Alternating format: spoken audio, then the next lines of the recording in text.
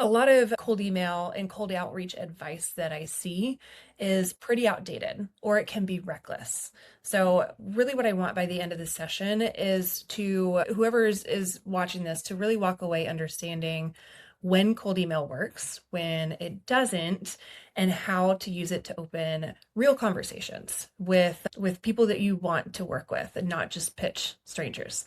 So, we look at cold email as more of an invitation, a conversation starter, really a permission-based door opener. What we don't do is pitch. Very rarely do we do direct cold email, and that's where we're directly pitching our services or our client services because people just don't want to be pitched to out of the blue.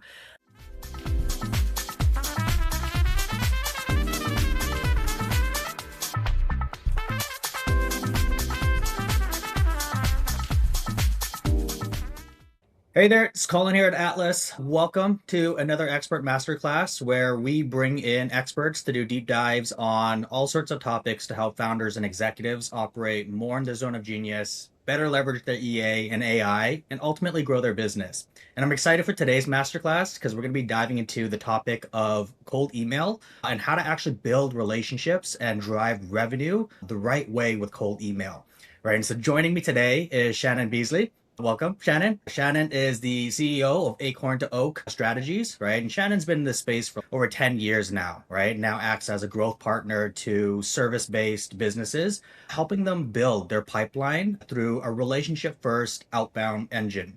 And so I'm really excited to bring on Shannon today. We're going to be covering a lot of fun topics here around, how to know if cold email is the right channel for you and your business right now, right? And how to create a framework for emails, right? That starts with building conversations and not pitches, where we all know how annoying it is. We get it all the time. We get pitched. My inbox is always filled with pitches. And like, thank God for my EA who just filters all of that.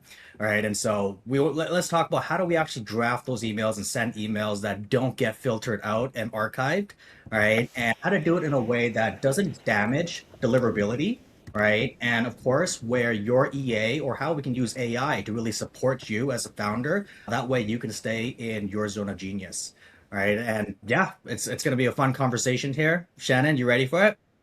Yeah, let's go. I'm excited. I think this is a really nerdy topic to discuss and one of my favorite ones too, because it is really something that can be accessible to anyone who would like to dig in and learn how. And it can be a really powerful tool to really drive sustainable growth. And I know there are lots of ways that you can grow your business. And this is just one of many tools that are possible, right? So today, I really want to focus on cold email that, again, builds relationships, but also builds revenue. It's not just more busy work. So, yes, in today's world, a lot of busy execs have EAs, executive assistants, that filter out what you're seeing. And that is a great problem to have. And even me, I barely look at my inbox these days, but many of the good emails will still make it through my executive assistant layer because she knows what's quality, what's not, what deserves attention, and what's not. And other ways that we can grow, meta ads are great when they're done right, but they can be really expensive, especially these days, and they have a really high cost per acquisition. Referrals are wonderful, but they are also often unpredictable and they're really not always within your ICP. So the more that we can control, again, that sustainable growth and dial down into the ICP that we want to grow into, the better our business outlook will be. So a lot of cold email and cold outreach advice that I see is pretty outdated or it can be reckless.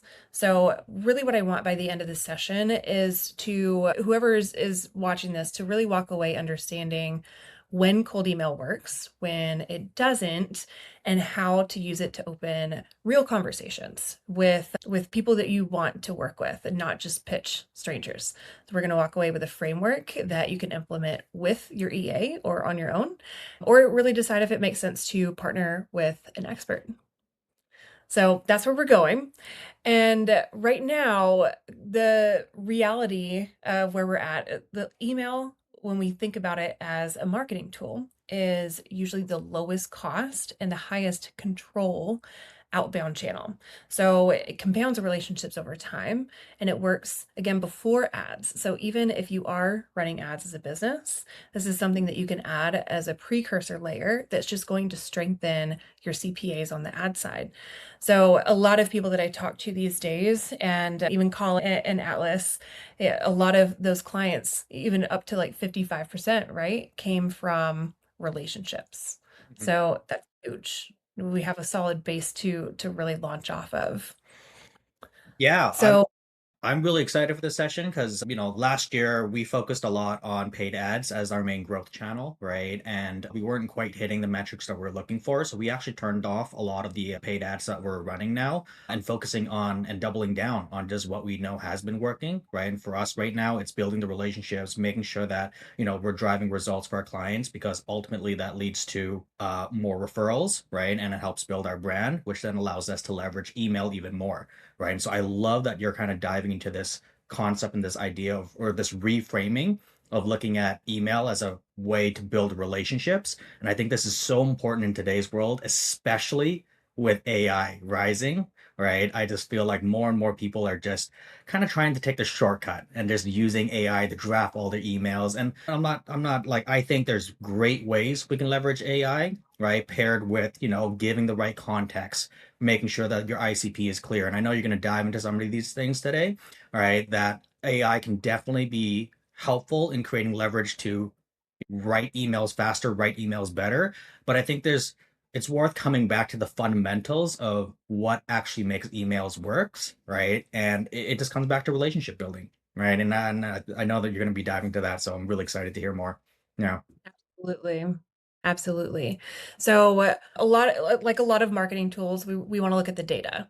And usually when people talk to me about email, they're talking about things like open rates. And a lot of people are shocked when I tell them that we don't even monitor open rates.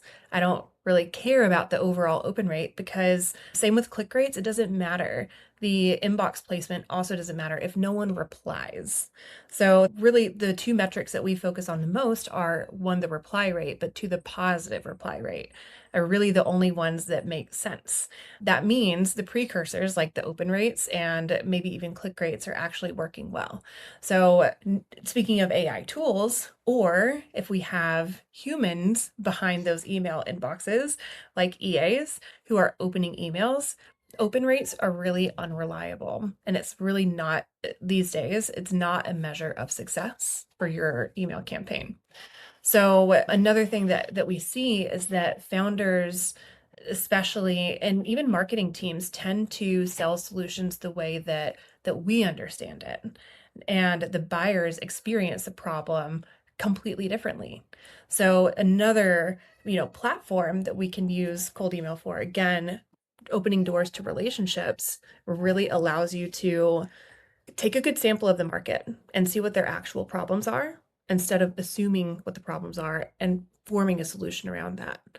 So, for example, people that work in marketing and lead generation, a lot of people say like we fix lead generation problems, and typical buyers might not see it that way. They think of it more of revenue uncertainty, feast or famine cycles, no predictability. So that's really what we see the solution around. And so that seems like a really simple distinction, but it's really powerful in what we see on the return on positive replies.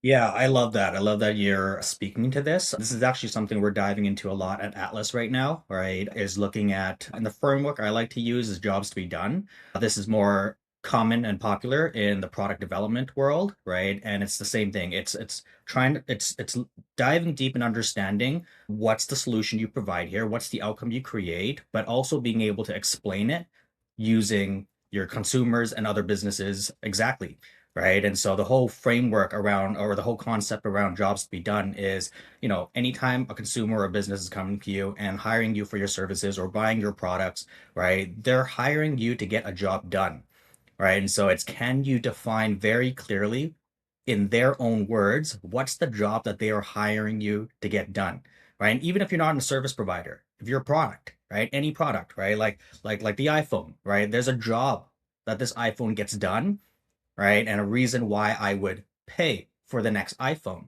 right? The job can be a functional job, it can be an emotional job, it can be a social job, right? The functional side, explanatory. I need to have access to everything. I just need to be connected to every aspect of my world.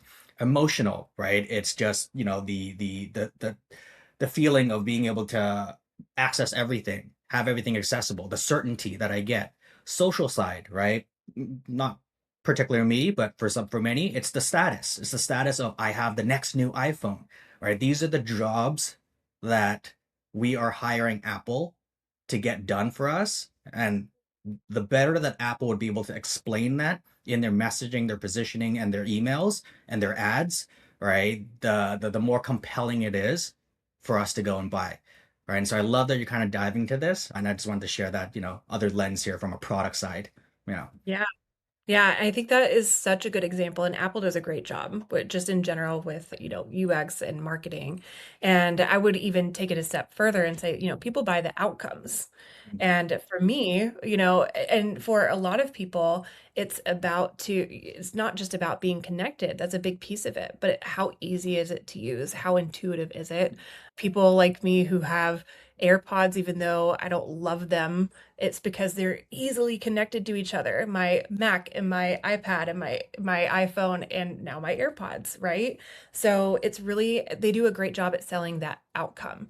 And for me, it's like the less work that I have to do, the better. I don't have to figure out my Bluetooth settings every time.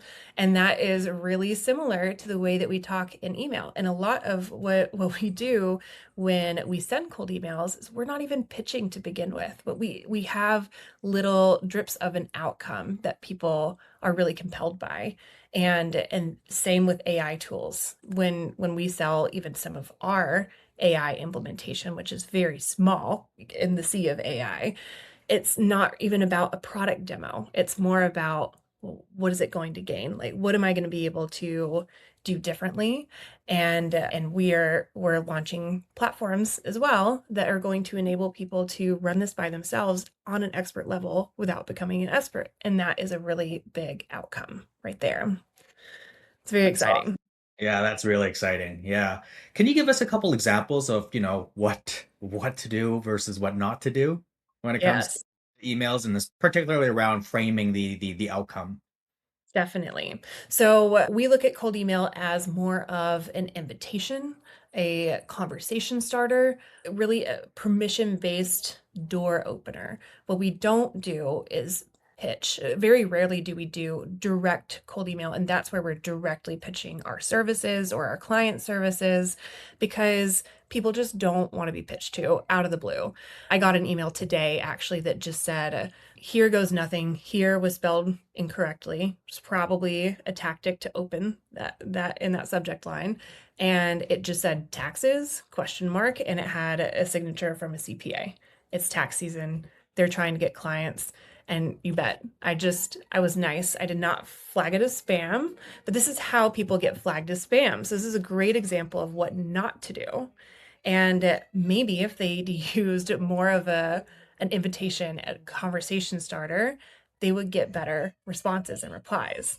So when we're framing it with this strategic, level where we are just trying to build relationships, it sounds counterintuitive. A lot of people are really oppositional because they think, oh, it's going to take a really long time to sales.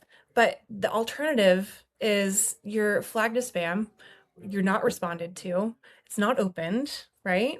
So it's really this is the baseline framework that we start with. So when it comes to framework, we really want to, before we do anything, dig into the ICP. So, a really hyper specific ideal customer profile. It has to come first. We have some materials that can help people just dig into their own ideal customer profile.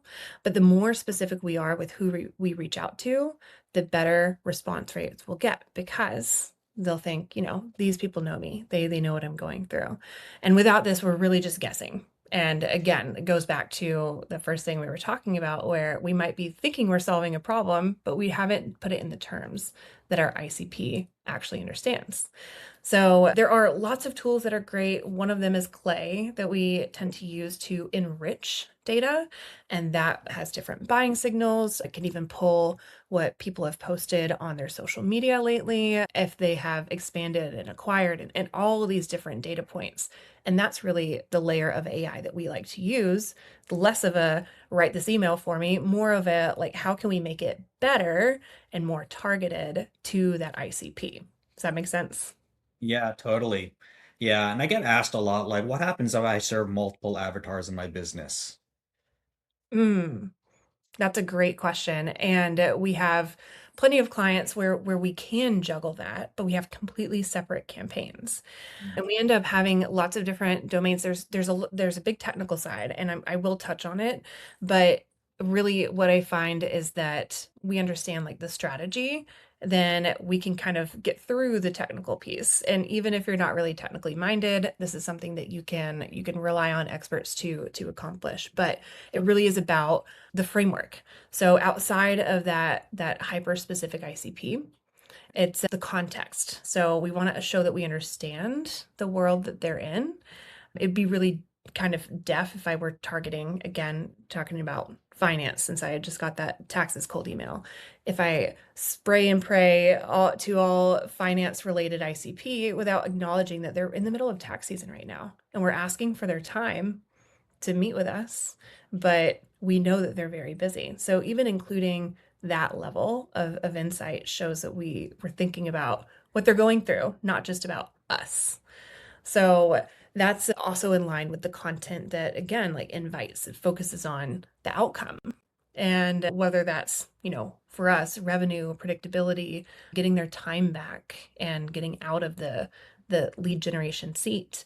And it's really less about our service that is lead generation or marketing because no one really cares about that. They want the outcome.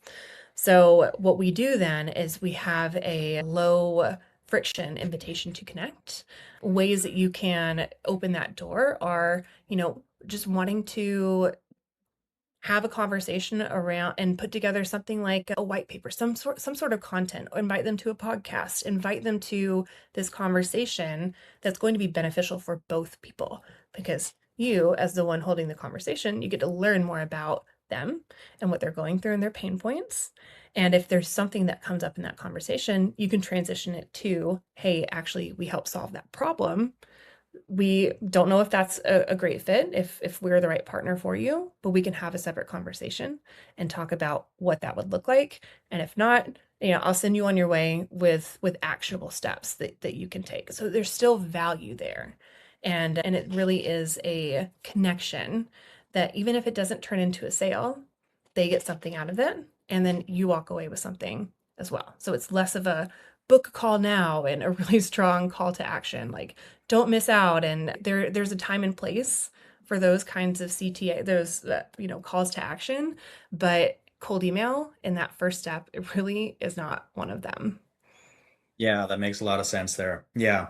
I'm kind of curious if there's like best practices that you've seen works really well now, because like, I'll just speak from my own experience. I ignore pretty much like 98% of the cold emails that comes out to me and or cold LinkedIn messages that come out to me. And like, and I can see some of them do a bit of their research, right? They understand, who I am, right? What Atlas is about, right? And there's some level of relevancy and context there, but I'm still more likely to decline that, right? And so I'm just like, is there like is there best practices on like what's the best way to really grab their attention, right? Like what's an example of really good relevance and context that you've seen? Yeah.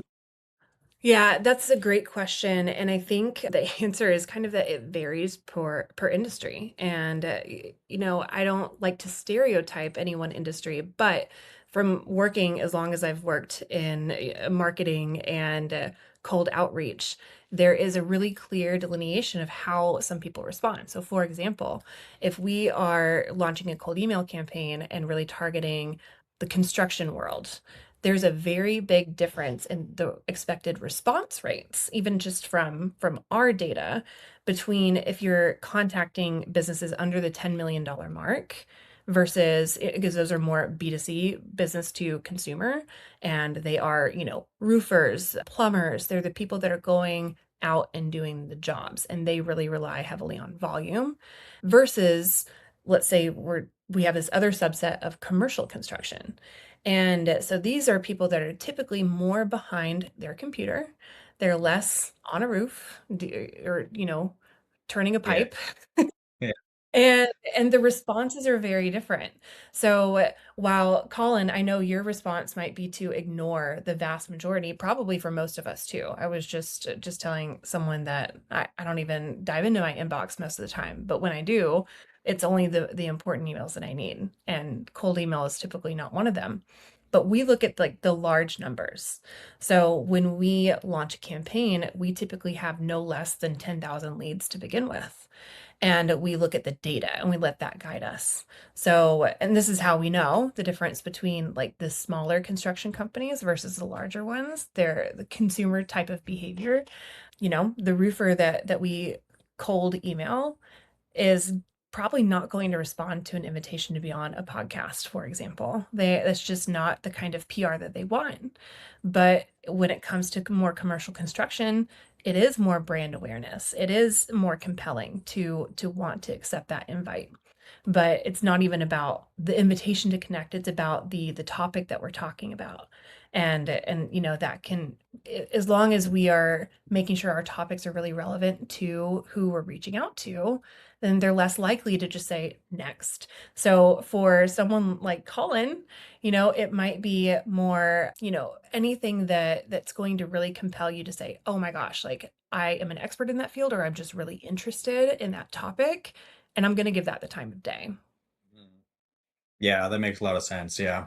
Yeah, I think the cold emails that get me that get my attention these days would be like, anything AI and EA related. Right? If they Mhm. had a solution that helps, train or provide more training or more leverage for EAs, right? Then I'm just like, yes, sign me up. Yeah. Yes, Yeah. definitely. Cool. Okay, so all right, hyper specific ICP, context and relevance. What next? Yeah. So when we're talking about how EAs fit into the system as well, this is something that we can definitely. So for someone who wants to DIY a cold email campaign, there's a lot of leverage that you can use your EA for. And they aren't blockers in a way at all. They can actually be really great supporters of the system.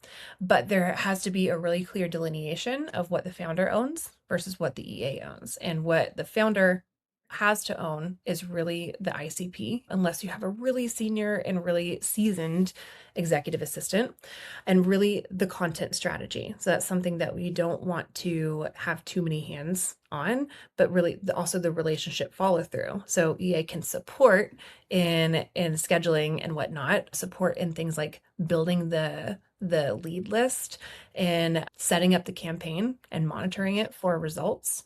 But really the strategy and the direction come from the founders. So those are for people who, even, I mean, if it's not an EA, VA, whatever that looks like, and really being a layer of language interpretation, because if you have an EA, then you're not really the one that's seeing your first emails in your inbox. So if your EA flags something and in the language, then pay attention to that too and let them be a part of that as well. But when it does come to, outside of that framework, the deliverability matters a lot too. And this is more of like the boring technical side, but it is also really important. So what we can't do is run cold email from your main domain. So, assistants.com. But for, just for the purposes, Shannon at acorn-strategies.com, I'm not emailing people cold emails from that email or any email that comes from that main domain. What we do is buy new domains. They're cheap, $10 to $15 a year per domain. And we want to set them up really responsibly too. So if you don't take anything from this, take this. This one thing, don't do cold email from your main domain. If you, for some reason, get flagged as spam, or you have some sort of issue on the sending, the deliverability side, then suddenly you're not able to send invoices. You can't email clients. You can't email colleagues. It's a major problem. So that is full stop. You definitely don't do that. When it comes to the volume as well, this is a big piece of it too. So each inbox can only handle a certain amount of volume. For us, we have really clear standards at the minimum. We're buying 6 domains and we do 3 emails per inbox. So we have 18 that are able to send. So that gives us about 350 emails a day when you're warming up. And this is a big important part too, is warming up those domains. But when you're thinking about it, you're at scale. Like I said, we do a minimum of 10,000 leads when we launch a campaign. We have to have enough to support that. And then when it comes to the last piece of the tech is really just your overall tech stack. And so there are tools that we've tried and tested and we love, and there's some that are more proprietary, but anyone can access instantly, for example, which is a great platform that will rotate inboxes that send. So it protects deliverability. Data verification, also very important. You don't just go download a lead list from anywhere. We use tools like Apollo is good for email lists, but then you also always have to take steps to verify those emails. If you don't, then some of them are just going to be bogus. If you skip that verification step, then you're sending 2 emails that are going to bounce and you're going to be flagged for the deliverability too. So these just impede your results to have a solid campaign. And if you take a little bit more prep work and make sure that your tech stack is in place and that you're taking those steps to verify the data that you have, right? The better the input, the better the output, then your system works a lot better and you're going to spend a lot less time fixing things that go wrong. I love it. I love it. You're diving into the nerdy things now, right? We're diving into the Yeah, actual yeah. practical side. I've Trying got to a hold couple back. questions. This might not pertain, exactly to cold emails, but let's just say, I get it. All right, no sending cold emails from your main domain, your primary domain. Let's just say a founder and owner had made that mistake already and their deliverability is down right now. Are there ways to fix their deliverability?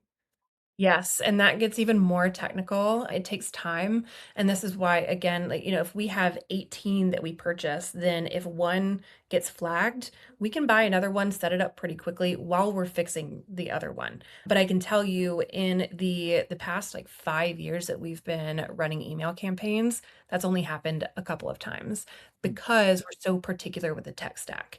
And as new tools come out, we are testing them, we're trying them, and we're seeing which ones get better.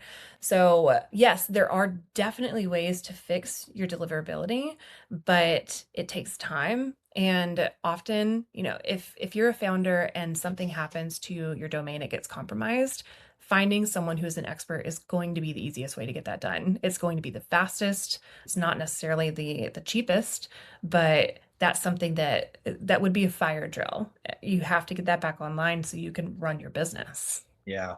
Yeah. And this comes back to why it's important that, it's one thing you take away from this. Don't send cold emails from your primary domain. Yeah.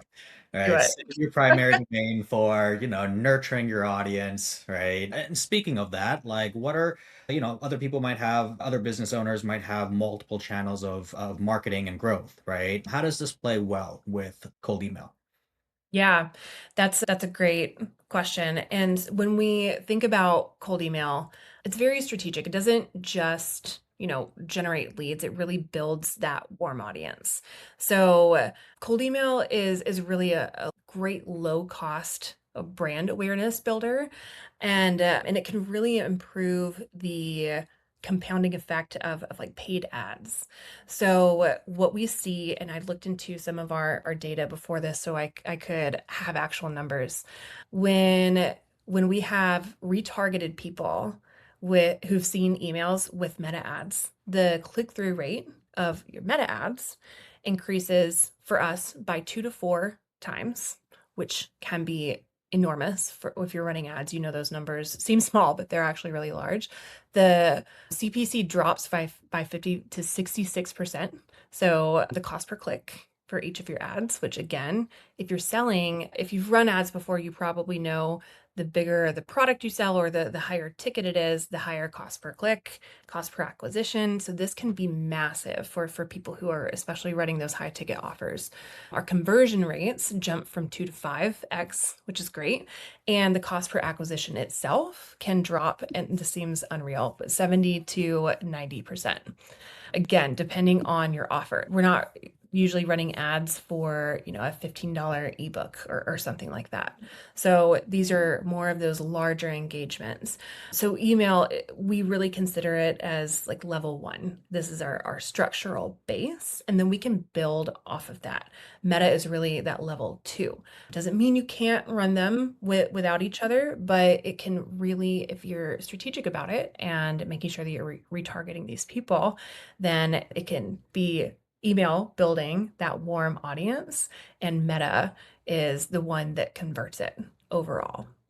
When people think about brand awareness, it's probably more on the subconscious level than we really tend to realize, because when you see a Meta ad, you might think, oh yeah, I recognize that company. And it could be one from a retargeted ad, but two from an email campaign that they've already seen. Yeah, that makes a lot of sense there. Yeah. Okay. Shannon, you covered a lot of ground today, right? Where's the best place if someone's new to cold email or, interested in getting started with cold email? Where do you suggest people start? Yeah, that's a great question. So you have a few paths. I think the DIY approach is and something that we can support too. We have some ICP clarity worksheets we can send out. We've got an email framework and thinking process. So it just really sets up that structure for how you were to do this yourself. Reply rate checking template, and also an EA delegation checklist, or if you have a team member to delegate to. So framework wise, I've listed a lot of tools in as we're talking, and just getting your tech stack aligned, getting your domain spot, your inboxes set up, and testing, and knowing that marketing is really just a trial and fail situation. The more that we fail and the faster that we fail is actually better, because we can get rid of the things that don't work and change into the things that do. So we kind of look at it as more of a tiered approach too. So like I said, we are tracking reply rates and positive reply rates. And so if we have everything set up and we're not getting the reply rates or positive reply rates that we want, we go back to kind of square one, and we think of it as, what about the email, the structure of the subject line? This sounds really boring, but that's going to be your first line. Second is, what's the content of the actual email? And just make these tweaks, and only one at a time, because if you change all of the things about your campaign, you never know what the one thing was that actually moved the needle. So if you prefer more of a guided strategy, we can also do a complementary pipeline audit. So in that, we're happy to review the lead gen that's going on, the lead generation that's going on, and really identify whether email is the right lever to pull, and if it makes sense. Map out that 120-day plan and see if that pipeline plan aligns with where you want to go with your business, and see if you're really ready for that direct outreach. Because again, there is a time and place for direct. The clients that we bring on and the people that we suggest more of that direct outreach of, we have this product, you'd be a great fit for this reason, and should we schedule a meeting? That is more of a direct outreach. We've got really clear requirements in order to launch those, and that is highly, highly recommended that we have really clear case studies with, this ICP reacts in this way when we sell this product. And anytime you change one of those things, we are hesitant to start a direct email campaign, because you get lower responses. So you have to be more in tune with what channels actually produce what we're trying to produce there. Amazing. Thank you so Yeah. much, Shannon. Yeah. I want to circle back to something real quickly here before we wrap up. You brought this up earlier. Like, yeah, a lot of this, if you choose the route you want to like DIY this, right? Totally doable, and appreciate all the resources and everything you're sharing here, Shannon. I want to speak into like how to actually work with the EA around this, right? And set some very clear expectations because we get this a lot in our space, right? We have clients that come in and they're looking for an EA, but they also want their EA to be like, marketing experts. They don't say that, but basically you can tell in the way they language it, right? They're looking for, marketing expert EAs, right? And I want to just make it clear that's two very different scopes, right?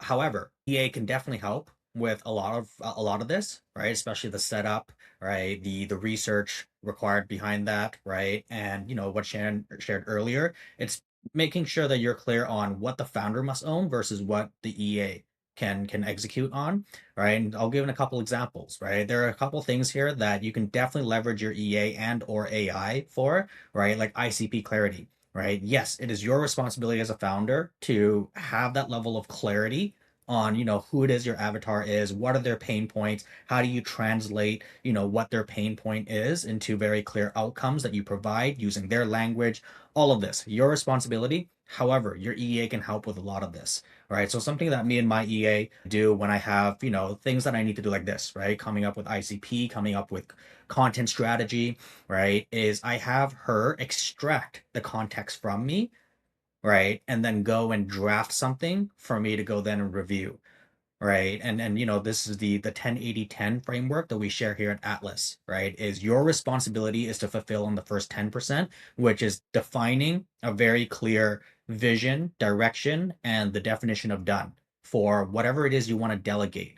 Right. And then you can leave it up to your EA, right? Your EA is going to come in with the proper judgment, with the proper research and resources and tools to go and do the 80%, right? So what that looks like in actuality is I go to my EA and I go, hey, I want to put together, I want to refine our ICP, right? Can you take our existing one and can you draft me some questions that I can answer so that you can extract the context you need to go and update this ICP for me and then bring it back and we can review it together, right? Then I don't have to sit there and, go through the old ICP or create a new ICP and sit down and go line by line, right? Or, take whatever worksheet that I got from, whatever workshop I went to, right? You can just give that worksheet to your EA to be like, hey, can you turn this to a set of, like, think of it as like an interview. Interview me, extract the context that you're going to need on my ICP, content strategy, all of that, right? And then put that together and then let's hop in a call. We'll review it together and refine it. Right. And that's the 10-80-10 framework for delegation. And this can be used to better leverage your EA for marketing things like this. Right. Rather than trying to, unless you actually need like a marketing specialist, then go hire a marketing specialist. All right. So yeah, I just wanted to share that. Anything you want to add there, Shannon? Yeah, no, I think that that is perfect. I mean, my EA is phenomenal and she is used to this random stream of consciousness from me. And so leveraging that too, yes, and making sure that we're I think when Colin, you talk about staying in your zone of genius, and for me, sometimes it just takes me out of the moment if I am typing and trying to collect these things myself. So even recording in a loom and as you have those thoughts that come up or refining that ICP and thinking about if you are doing your email campaigns in a DIY manner, what's not working, what is working, and leveraging the team that you have to really help refine that and know that you're not a one-man band most of the time and you can leverage people and know when it's time to pull in an expert and help your team in that way too. Yeah, absolutely. All right, everyone. So we're gonna put all the, everything in the descriptions here, so you'll have access to all that as well as the link, so that if you are interested in getting support, direct support on, building out your cold email engine or outbound engine, right? I highly recommend reaching out to Shannon and booking that the consultation call. All right. Yeah, I'm very confident she'll be able to help you with all that. So again, thank you, Shannon, for joining us today. Thank you for sharing all your insights and everything here, and looking forward to seeing everyone in the next one. Thanks, Colin.